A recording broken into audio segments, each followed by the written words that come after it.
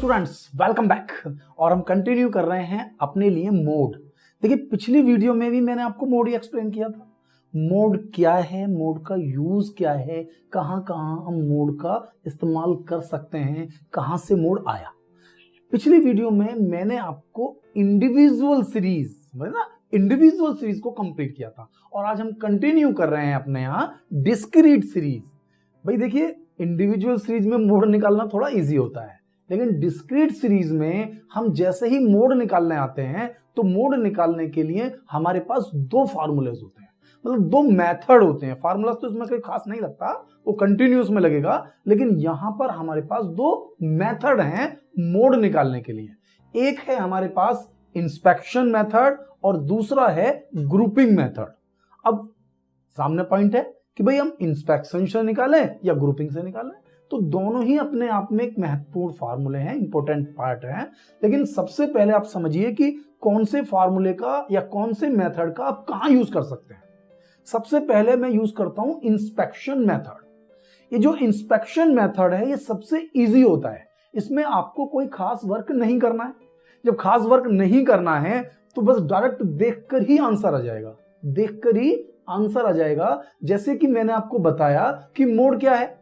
Individual series में जो mode होता है वो कोई भी वैल्यू जो सबसे ज्यादा टाइम रिपीट हो रही हो, तो मैक्सिमम रिपीटेड वैल्यू मोड है। जबकि डिस्क्रीट सीरीज में मैक्सिमम फ्रीक्वेंसी की वैल्यू मोड है। मैक्सिमम फ्रीक्वेंसी की जो वैल्यू है वो मोड है। लेकिन अब कभी कभी क्या होता है कि जो मैक्सिमम फ्रीक्वेंसी वाली वैल्यू हैं वो एक से ज्यादा होती हैं, तो हम फंस जाते हैं।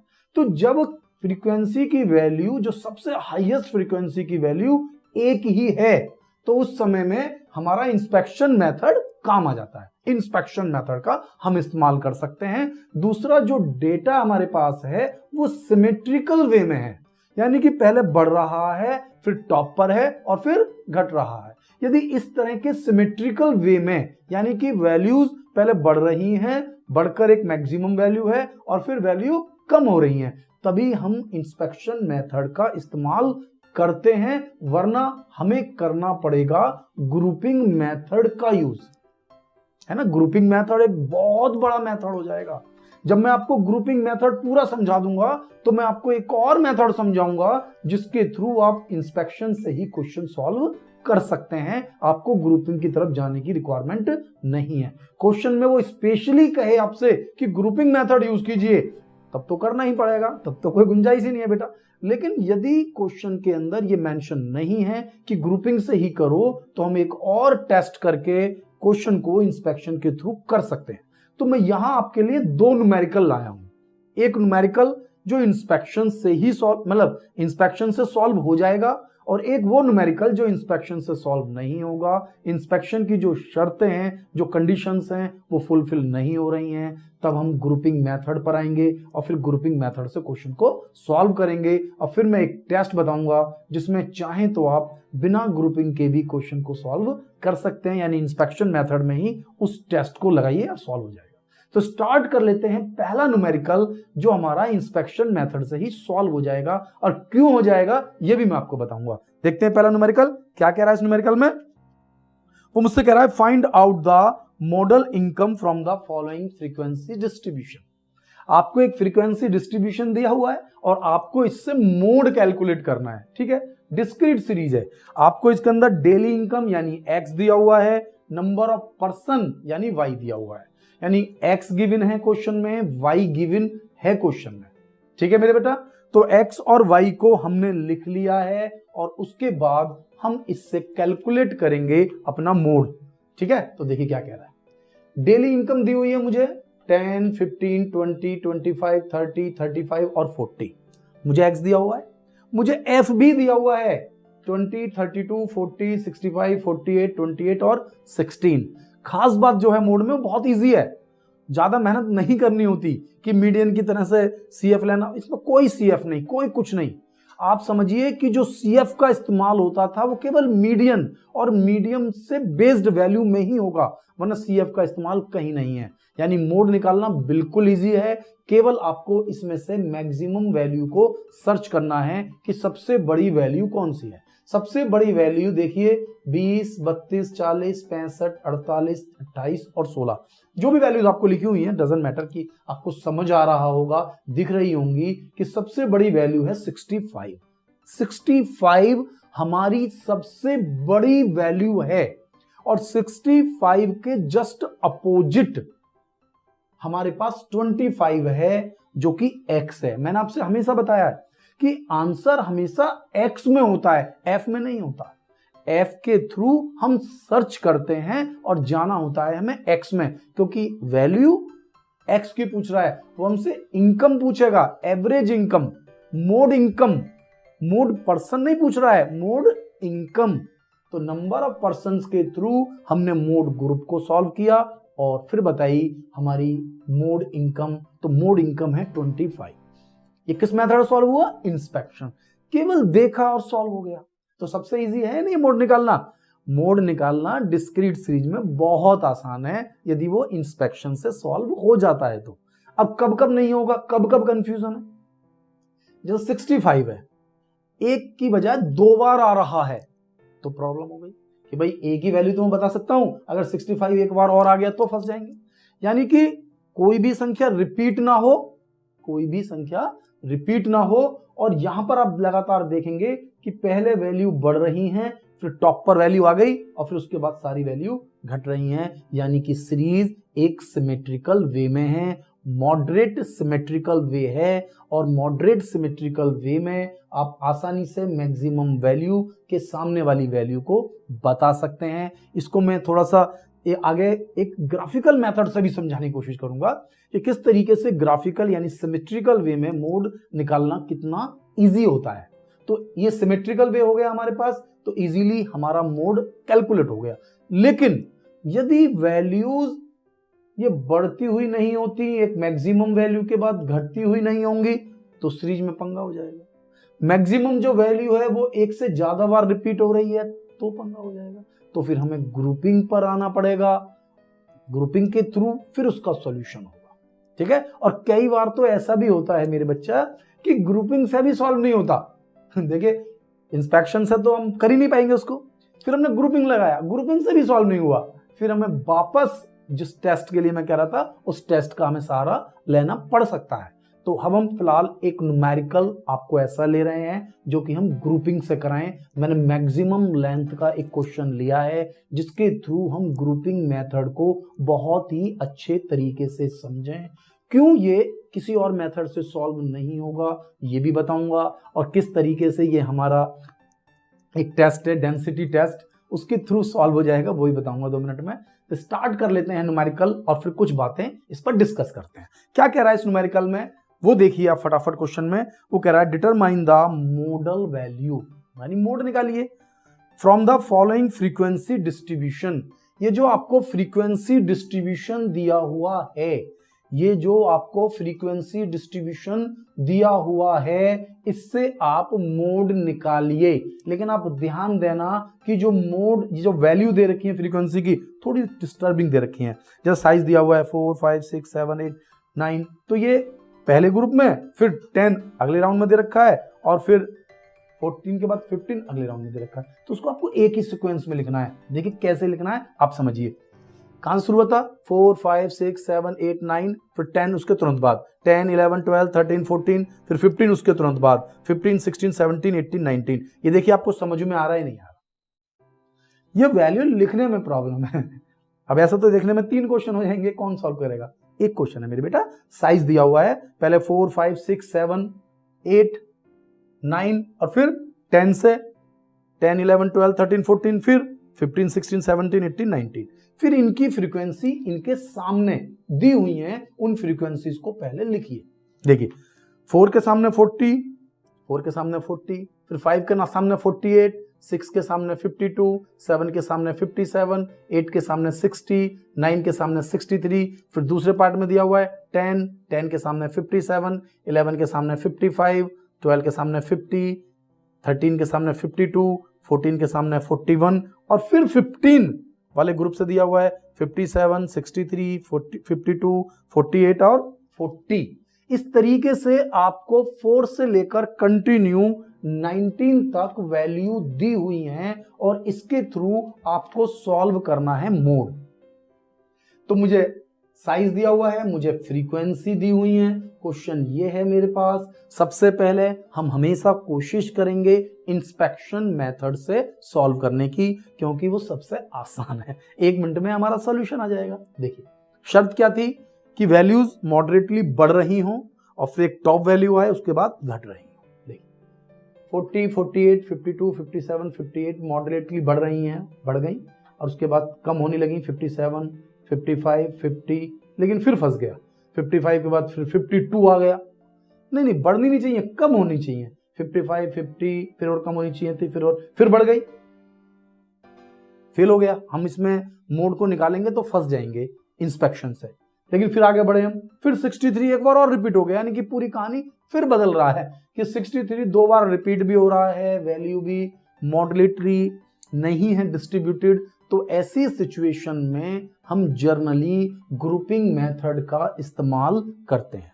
अगर ये संख्या रिपीट भी नहीं हो रही होती तब भी हमारा काम चल सकता था। अब रिपीट भी हो रही है, पूरी तरह से मॉडुलेटली है भी नहीं, मिक्सअप हो रहा है, वैल्यूज बहुत ज्यादा फ्लक्चुएटिंग है। तो ऐसी सिचुएशन में हमारे लिए बेस्ट मेथड होता है ग्रुपिंग मेथड। तो निकालना भी सीखना है भाई। देखो यहां पर तो इंस्पेक्शन से 1 मिनट में आंसर आना है, सबसे बड़ी वैल्यू, फटाफट आंसर। यहां पर भी सबसे बड़ी वैल्यू क्या है, 63, लेकिन 63 फंसा रही है। 63 के सामने यहाँ 9 है, या 63 के सामने 16 है, तो भैया 9 माने या 16 माने, क्वेश्चन में फिर फंस गए हम। तो यहां पर हम ग्रुपिंग मेथड का इस्तेमाल करेंगे। भरपूर बड़ा क्वेश्चन है, मैंने एकदम बड़े क्वेश्चन को आपके लिए डिजाइन किया है, जिससे कि कभी भी आपको ग्रुपिंग मेथड में प्रॉब्लम ही ना हो। तो सबसे पहले अपने क्वेश्चन को लिख लें, साइज, फ्रीक्वेंसी, ये एफ है ना मेरा, ये एफ फ्रीक्वेंसी, ये सारी फ्रीक्वेंसी ही हैं। फिर इनके कॉलम्स आपने बनाए हैं। इसमें एक तो साइज का हो गया, फ्रीक्वेंसी को काउंट करते हुए आपको ये 6 कॉलम बनाने हैं। उसके बाद एक कॉलम आपको टैली मार्क का लगाना है, फिर निकालना है मॉडल ग्रुप, ठीक है ना, फिर मोड ग्रुप हम निकालेंगे इसमें, ठीक है। सबसे पहला काम, आप पहले कॉलम्स पूरे कीजिए, पहले फ्रीक्वेंसी, फिर उसके बाद 1 2 3 4 5 कॉलम, फिर टैली मार्क्स का 6ठा कॉलम, और फिर 7वां मॉडल ग्रुप निकालने के लिए कॉलम। तो आप सबसे पहले अपने, देखिए नोटबुक पर करना और इजी होता है। नोटबुक में क्या खास बात होती है कि ये लाइंस तो हम कवर करेंगे, लेकिन ये लाइन ऑलरेडी होती हैं, तो कंफ्यूजन के चांस और ज्यादा कम होंगे जब आप क्वेश्चन को सॉल्व करेंगे। देखिए क्या करते हैं, कैसे कैसे करना है। सबसे पहले ये जो फ्रीक्वेंसीज हैं, हम इनको 2 के पेयर में डिवाइड करेंगे। 2 के पेयर में, ध्यान देना है, 2 के पेयर में। तो 2 का पेयर निकाल लीजिए। 40 और 48 का एक पेयर, 48, 52 और 57 का एक पेयर। थोड़ा सा और बड़ा भी कर सकते थे हम इसे, यहां तक आ जाता ना हमारे पास। 52 और 57 का एक पेयर हमने बनाया, 109। 60 और 63 का एक पेयर बनाया, टोटल 123। 57 और 55 का एक पेयर बनाया, 112। 50 और 52 का एक पेयर बनाया, 102। 41 और 57 का एक पेयर बनाया, 98। 63 और 52 का एक पेयर बनाया, 115। 48 और 40 का एक पेयर बनाया, 88। अगर कोई वैल्यू लास्ट में 1 रह जाती है तो उसे हम गिनेंगे नहीं, उसके आगे हम डैश लगा देंगे। यहां पूरी 2 के ग्रुप में वैल्यूज मेरे पास अवेलेबल हैं, क्योंकि वैल्यू पूरी 2 के पेयर में अवेलेबल थी। अब जैसे ही आप एक 2 का पेयर बना लेंगे स्टार्टिंग से, अगर कोई वैल्यू छूट रही है तो छूट गई है। इसके बाद हम नेक्स्ट फिर पेयर बनाएंगे, जिससे कि हम ज्यादा से ज्यादा वैल्यू को इंक्लूड कर सकें। तो हम नेक्स्ट जो कॉलम बनाते हैं उसमें बनाते हैं पहले कॉलम को छोड़कर अगेन फिर 2 का पेयर। पहला कॉलम छोड़ दिया, यानी पहली वैल्यू तो आपने छोड़ दी, इसको तो ले ही नहीं रहे, अब कहां से लेंगे। अब आपके पास 2 पेयर हैं, 48 और 52 का। 48 और 52 को ऐड किया, 100। 57 और 60 को ऐड किया, 117। 63 और 57 को ऐड किया, 120। 55 और 50 को ऐड किया, 105। 52 और 41 को, ये देखना ना, 52 और 41 को ऐड किया 93, 57 और 63 को ऐड किया 120, 52 और 48 को ऐड किया 100, लास्ट की एक वैल्यू छूट गई। अब आप ध्यान से, क्योंकि इस तरह से जब लाइन होती है आपके पास तो आप इजीली उन लाइनों के साथ कवर कर सकते हैं। देखिए पहले मैंने स्टार्टिंग से दो दो के पेयर लिए, इन दो वैल्यूज को, फिर इन दो को, फिर इन दो को, फिर इन दो को, इस तरह से सारी वैल्यूज ली। उसके बाद मैंने एक कॉलम को 40 को छोड़ दिया, इसके आगे डैश लगा दिया, फिर दो दो के कॉलम लेता रहा। 48 और 52 को ऐड किया, 57 और 60 को ऐड किया, 63 और 57 को ऐड करके लिखा, 55 और 50 को ऐड करके लिखा, 52 और 41 को ऐड करके लिखा, 57 और 63 को ऐड करके लिखा, 52 और 48 को ऐड करके लिखा और 40 को छोड़ दिया। तो एक कॉलम यहाँ छूट गया, एक कॉलम यहाँ छूट गया, क्योंकि हम 2 का पेयर बना रहे थे, पहले राउंड में ही वो पूरे हो चुके थे। अगर मैं एक छोड़ूंगा तो लास्ट में भी छूटेगा, कोई बात। अब हम 3 का पेयर बनाएंगे, 3 का, 3 वैल्यूज एक साथ जोड़ेंगे, जैसे कि 1 2 और ये 3, ठीक है ना मेरे बेटा। ये पहली 3 वैल्यूज को आप एक साथ जोड़ लीजिए, 40, 48 और 52, इन 3 वैल्यूज को जोड़िए, 40, 48 और 52। तो 40 और 48 यानी 88 और 52 यानी 140, 140। ध्यान से देखेंगे, 3 वैल्यूज का टोटल लिया है मैंने, 1 2 3, 1 2 3, इन तीनों वैल्यूज का टोटल आ गया 140। सही है। सबसे पहले मैंने 2 के पेयर बनाए, फिर एक वैल्यू छोड़कर फिर 2 के पेयर बनाए, जो छूट गया वो छूट गया।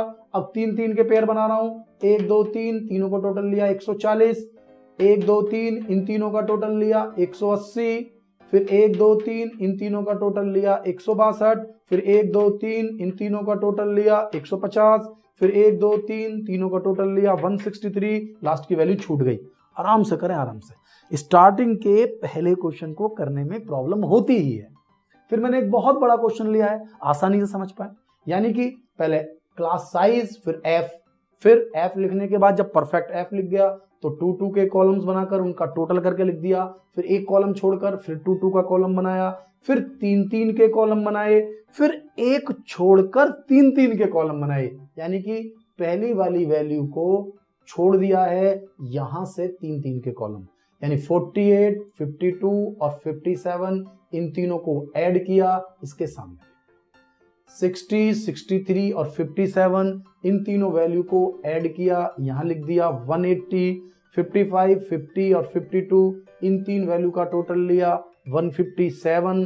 देखा ना, तीनों वैल्यूज को ले रहा हूं, 55, इसके बाद फिर 3 वैल्यूज को लिया और फिर इन 3 वैल्यूज को लिया। देखते चले जाएं कि कोई वैल्यूज मेरे पास छूट नहीं रही है। पहले यहां एक छूट रही थी नीचे, क्योंकि ऊपर वैल्यू पूरी वैल्यू ली थी, यहां ऊपर छोड़ दी तो यहां 3 के पूरे पेयर बन गए। एक पेयर, दूसरा पेयर, तीसरा पेयर, चौथा पेयर, 5वां पेयर। एक कॉलम छूटा था ना मेरे पास, देखिए दोबारा से देखिए, 1 2 3 4 5 6, एक छूटेगा बेटा यहां पर, एक कॉलम लास्ट में छूट गया है। जब तो हम कह रहे हैं टोटल कैसे गड़बड़ आ रहा है हमारे पास, देख लीजिए फटाफट दोबारा चेक करिए। देखिए यहां पर हमने लिया है, पहले तो पूरा कंप्लीट ले लिया था हमने, एक कॉलम हमारा छूट गया था, अब हमने एक छोड़ दिया है, तो यहां पर 2 कॉलम छूटने चाहिए हमारे पास लास्ट में। टोटल कर लीजिए बेटा, दोबारा से टोटल हम इसको देख लेते हैं एक बार, नो कंफ्यूजन। इसमें कोई हमारे लिए बहुत बड़ा इशू नहीं आने वाला है, हम इसको इजीली समझ सकते हैं कि हमारे पास कितने कॉलम छूट रहे हैं।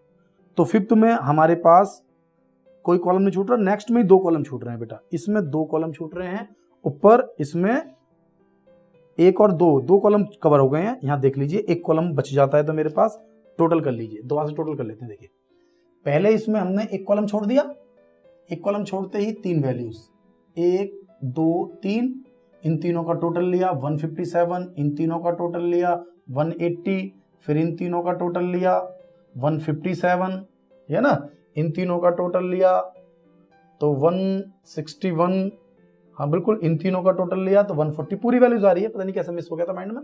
फिर देखिए, फिर इसके लास्ट के कॉलम को हमने उठाया, लास्ट के कॉलम को उठाया तो इस बार हमने ऊपर से 2 वैल्यू छोड़ दी, ऊपर से 2 वैल्यू छोड़ दी, ऊपर से 2 वैल्यू छोड़ते ही हमारी क्वेश्चन में कहानी थोड़ी बदल गई। पहले एक कॉलम छोड़ा था, अब यहां से 2 कॉलम छोड़ दिए। अब ये देखते चले जाइए, इसमें कोई बहुत बड़ा इशू नहीं है। आपका जो काम है वो ये है कि कॉलम्स का आपको सीक्वेंस बनाना है। सबसे पहले 2-2 के ग्रुप बना लीजिए, फिर एक कॉलम पहले वाला छोड़कर 2-2 के ग्रुप बना लीजिए, फिर आप 3-3 के ग्रुप बना लीजिए, फिर आप एक छोड़कर 3-3 के ग्रुप बना लीजिए, फिर आप 2 छोड़कर 3-3 के ग्रुप बना लीजिए। तो 2 छोड़ दिए मैंने ऊपर के, फिर 3-3 के ग्रुप हमारे बन रहे हैं और इन सबका टोटल मैंने ले लिया है। एक बार इस तरह से लाइन खींच देंगे ना तो टोटल में वैल्यूज का पता चल जाता है कि हम कौन सी वैल्यूज को ले रहे हैं, कौन सी वैल्यूज हमसे छूट रही है। इतना काम करने के बाद अब नेक्स्ट जो स्टेप आता है वो आता है एनालिसिस टेबल का, जिसके थ्रू हम ग्रुप मोड ढूंढ सकते हैं। अब एनालिसिस टेबल बनाओ, इससे ज्यादा बेस्ट तरीका है कि यही टैली मार्क्स निकाल कर मॉडल ग्रुप निकालना है, वरना एक बहुत बड़ा स्टेप तैयार करना पड़ेगा। क्या फायदा, हमारा आंसर 1 मिनट में आ जाएगा। देखिए कैसे निकालना है आंसर। अब यहां पर फोकस कीजिए। फ्रीक्वेंसी में जो सबसे बड़ी वैल्यू थी, देखिए नेक्स्ट स्टेप ध्यान करके पढ़ना, जो सबसे बड़ी वैल्यू थी, तो सबसे बड़ी वैल्यू पहले तो 1 हुआ करती थी, यहां 2 है, तो इन दोनों के सामने एक एक टैली मार्क्स लगा दीजिए। एक टैली मार्क्स आप लगा दीजिए इसके सामने, ये लगा दिया है मैंने।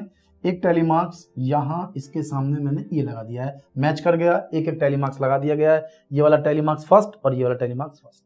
अब नेक्स्ट स्टेप में यहां देखिए सबसे बड़ा टोटल किसका है। सबसे बड़ा टोटल है 123। इसका मतलब ये 2 वैल्यू जोड़कर बनी है 60 और 63।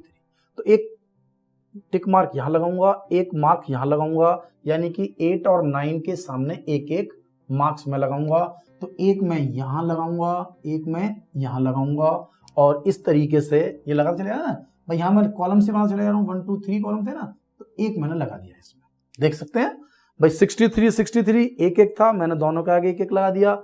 123 सबसे बड़ा है, लेकिन वो इन 2 से आया टोटल, इन 2 का टोटल है ना, तो इसके सामने एक, इसके सामने एक टिक मार्क। इसके बाद नेक्स्ट कॉलम में हम यहां आ जाएं तो यहां पर जो टोटल है वो 120 सबसे ज्यादा है वो, लेकिन 2 ग्रुप का है। तो हमें यहां पर भी 9 और 10 में लगाना पड़ेगा, 9 में भी और 10 में भी। तो 9 में भी और 10 में भी, तो 10 में भी हमारे पास 1 2 3 है, इसका लगा दिया है, और 9 का तीसरा भी लगा दिया है। ठीक है, इधर आ जाइए। ये जो हमारे पास 60, ये जो हमारे पास 120 है, ये इन दोनों से आया है, 15 से और 16 से। तो 15 के आगे एक टिक मार्क लगा देंगे, 16 के आगे एक टिक मार्क लगा देंगे। ठीक है, दोनों के आगे हमने मतलब डंडा जो खींच रहा है ना, ये जो टैली मार्क्स लगा रहे हैं, ये तो राइट में इसलिए लगा रहा हूं कि ये टैली मार्क्स मैच कर गए हमारे। अब हम नेक्स्ट पे चलते हैं। यहां तक हमारा पूरा हो गया। अब ये सबसे बड़ी वैल्यू है 180। इसका टोटल देखो, टोटल 180, और ये 180 जो टोटल आया है ये 3 वैल्यू से आया है, 7 8 और 9 से। 7 8 और 9 से। तो 7 के आगे एक कॉलम, 8 के आगे एक कॉलम, और 9 के आगे एक कॉलम। 4 हो गए, 1 2 3 4। ठीक है मेरे बेटा, 180 पूरा हो चुका है मेरा। अब मैं नेक्स्ट में आऊंगा। नेक्स्ट में ये 180 मेरे पास आ रहा है 8 9 और 10 का टोटल, इन तीनों का टोटल है ना, 1 2 3 वैल्यू। तो इस सामने वैल्यू है 8 के सामने एक वैल्यू, 9 के सामने एक वैल्यू जो कट गई है, इसको ले लिया है मैंने, और 10 के आगे ये मैंने एक वैल्यू ले ली है। ठीक है, अब इसके बाद मैं आऊंगा इस 175 पर, और ये 175 मेरा टोटल आ रहा है। ये इन 3 वैल्यूज का 1 2 3, तो इन तीनों के आगे एक टैली मार्क, एक इसके आगे टैली मार्क्स, ये लगा दिया। ठीक है, एक टैली मार्क्स इसके आगे ये लगा दिया, और एक टैली मार्क्स इसके लिए लगाना था जो मैंने ये लगा दिया। अब आप देखते चले जाए कि एक एक टैली मार्क्स को इजीली लगा सकते। बहुत ज्यादा टेक्निकल, मतलब टेंशन से नहीं लेनी है, नॉर्मल से क्वेश्चन समझो भाई। एक एक्स दिया हुआ है, एफ दिया हुआ है, पहले 2 2 के टोटल्स करके लिख लिए, फिर एक कॉलम छोड़कर 2 2 के टोटल लिख दिए, जो छूट गए उन्हें छोड़ दीजिए। फिर 3 3 के टोटल्स कर लिए हैं, जो छूट गया छूट गया। फिर एक कॉलम छोड़ा, 3 3 के टोटल्स कर लिए हैं, जो छूटा वो छूट गया। फिर 2 छोड़कर 3 3 के कॉलम बना रहे हैं, जो छूटा वो छूट गया। कंसेप्ट पूरा हो गया हमारे पास। फिर हम इनके लिए टैली मार्क्स लगाएंगे। टैली मार्क्स लगाने का तरीका है, जो संख्या सबसे बड़ी हो, सबसे बड़ी 2 संख्या है, तो दोनों के सामने एक एक डंडा हमने खींच दिया। फिर हमने 2 के टोटल को चेक किया, 123 ये 2 के टोटल से, यानी कि इसके सामने एक डंडा खींचना है, इसके सामने एक डंडा खींचना है। 123 के बाद यहाँ पर आ जाए, 120 2 बार आ रहा है, 9 और 10 इस वाले ग्रुप का टोटल सबसे ज्यादा है, दोनों के आगे एक एक डंडा खींचा। यहाँ पर इनका टोटल 120 है, तो इनके आगे एक एक डंडा खींचा। फिर हम आ जाते हैं 180, ये इन तीन वैल्यूज का टोटल है तो तीनों के आगे एक एक डंडा खींचा।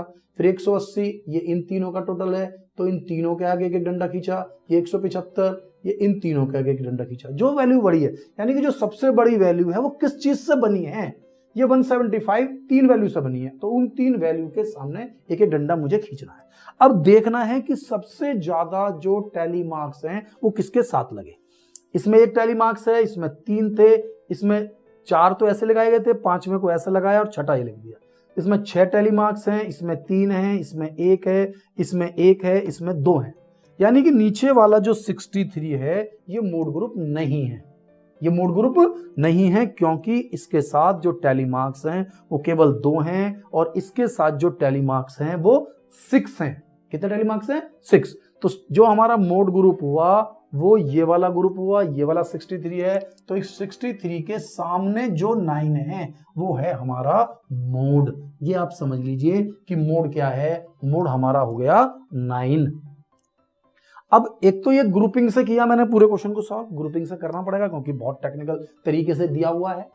लेकिन अगर ये इतना ज्यादा बिखरा हुआ ना होता क्वेश्चन, एक तो वैसे बिखरा हुआ बहुत ज्यादा है, देखिए 63, 57, 55, 50, 52, 41, फिर बढ़ गई, फिर और बढ़ गई, फिर कम हो गई, ठीक है ना, फिर कम हो गई, मतलब थोड़ा सा ज्यादा फ्लक्चुएटेड क्वेश्चन है। तो ऐसे क्वेश्चन को तो मैं ग्रुपिंग से करने की ही सलाह दूंगा। लेकिन थोड़े नॉर्मल क्वेश्चन अगर कोई संख्या रिपीट भी हो रही है 2 बार, तब भी हमारा क्वेश्चन ये डेंसिटी टेस्ट के थ्रू सॉल्व हो सकता है।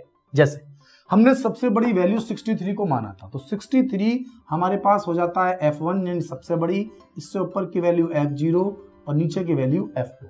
इन तीनों ग्रुप का हम टोटल करेंगे और इन तीनों ग्रुप का टोटल हम मैच करेंगे कितना है। तो ये हमने ऐड किया इसको 7 और 3 0 मतलब 10 और 180, तीनों का टोटल कितना हो गया 180। तो इन तीनों का टोटल है 180, यानी कि इस वाले 9 को यदि मैं मोड मानता हूं और यदि इस वाले 63 वाले ग्रुप को मोड मानता हूं तो इन तीनों का टोटल आएगा, अगर ये F1 है तो ये F0 और ये F2। ध्यान से रखिए, इन तीनों का टोटल करूं तो टोटल कितना आएगा 7 3 10 और 2 12, सॉरी 7 3 10 और 2 12, हाँ बिल्कुल 2। अब फिर देख लीजिए 6 और 6 12 और 5 17, 172। इसका टोटल है 172, इसका टोटल है 182। तो सबसे ज्यादा टोटल किसका है 182, ऊपर वाले का, यानी कि इसका। तो यही मोड ग्रुप है, ये नहीं है, ये वाला है। तो देखिए डेंसिटी टेस्ट से 1 मिनट में आंसर आ जाएगा हमारा।